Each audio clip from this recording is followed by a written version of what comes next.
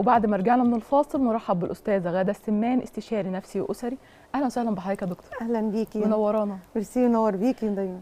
في الفتره الاخيره سمعنا ان حالات الطلاق زادت وبقت بمعدلات كبيره. هل ده مثلا بيرجع لعوامل نفسيه ولا ماديات؟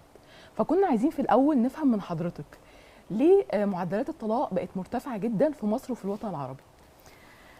بسم الله الرحمن الرحيم. طبعا الموضوع مهم جدا وبيهم شريحه كبيره، سواء الشباب المتجوز او اللي مقبل على الجواز او اللي لا قدر الله حصل له حالات طلاق.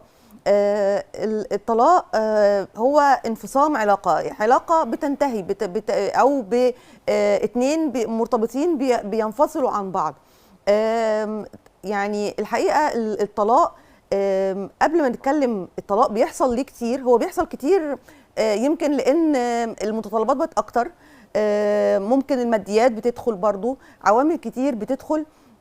لكن لو احنا هنقول ليه بيحصل طلاق اصلا، أيوه. فالطلاق بيبدأ من وقت ما بنقول عايزين نتجوز.